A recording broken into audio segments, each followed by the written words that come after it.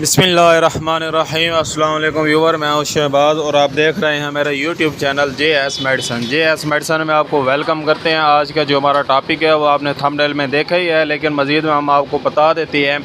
ये जो आजकल बीमारी आई हुई है लंपी के नाम से, ये जो लंपी बीमारी है इसका इलाज क्या है और ये किस तरह से फैलती है और ये क्या बीमारी है और कौन सी बीमारी है, इसकी जो आज हम डिटेल में बात करेंगे।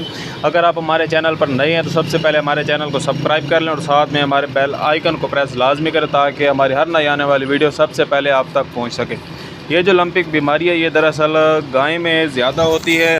जी हाँ व्यूवर, ये जो लंपिक बीमारी है ये गाँव में जो है यानी काऊ में जो है बहुत ही ज़्यादा पाई गई है और ये जो है एक वायरल डिजीज़ है, यानी कि ये एक से दूसरे तक मुंतकिल हो सकती है। वो जो है मुंतकिली का जो ज़रिया है वो है जी, यानी कि जैसे हवा हो गई, या क्योंकि वायरल है ये जो है हवा में जो है फैली हुई होती है। इसके अलावा और इसका जो इलाज है, इसका इलाज मैं आपको बता देता हूँ।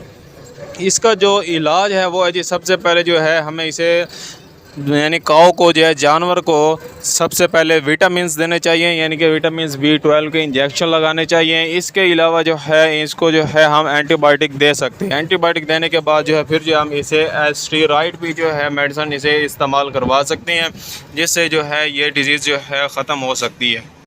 इसके अलावा इसके जो सिम्टम है, यानी कि हमें कैसे मालूम होगा, जैसे कि आप स्क्रीन पर देख ही रहे हैं कि ये जो है जानवर के ऊपर जो है दाने से बन जाते हैं, यानी कि छाले टाइप बनते हैं, यानी कि फटते नहीं हैं मगर ये जो है दाने बने हुए नज़र आते हैं। और इसमें जो है शदीद बुखार हो जाता है और खाना पीना जो है ये गायें जो है जानवर जो है ये छोड़ देती हैं।